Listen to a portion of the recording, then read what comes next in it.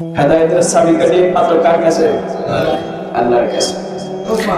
আল্লাহ রাসূল সাল্লাল্লাহু আলাইহি ওয়াসাল্লাম যদি হেদায়েত করতেই পারতেন তাহলে সর্বপ্রথম কাকে করতেন? আবু তালিবকে। কাকে? নবীজির চাচা আবু তালিবকে। নবীজির চাচা আবু তালিব এমন কথা বলছে, যতদিন আমার শরীরে এক ফোঁটা বিন্দু পরিমাণ রক্ত থাকবে, আমার ভাতিজা মুহাম্মাদের উপর যদি কেউ এক চুল পরিমাণ টাচ করে, আমি তার এই টাচ আমি বরদাস্ত করব না। ছেলে বলেন সুবহানাল্লাহ। যদিও সে ইসলাম কবুল করে নাই, কিন্তু তার রাসূলের প্রেমে কি ছিল? মুগ্ধ ছিল। রাসূলের শান মান, রাসূলের মর্যাদা সে আঁকড়ে ধরছে, যদিও সে ঈমান আনে না।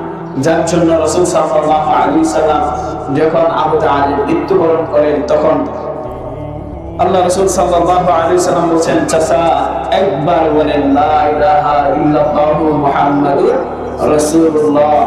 আবু তালিব বলেন, না মুহাম্মদ, আমি আমার বাপ-দাদার ধর্মের চুনকালি মারতে পারবো না, আমি বাপ-দাদার কপালে আমি কি জুতা বাড়ি দিতে পারবো না, আমি আমার বাপ-দাদার ধর্মের উপরে আমি কি করলাম?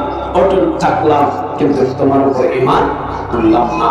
বারবার রাসূল যখন চেষ্টা করলেন, ও চাচা আপনি সরাসরি বলা লাগবে না, আমার কানে কানে বলেন। আবু তালিব বললেন, না।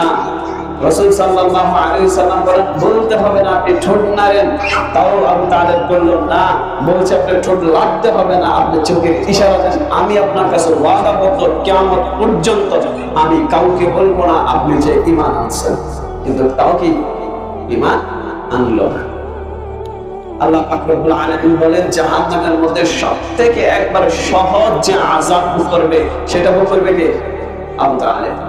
সেটা কি?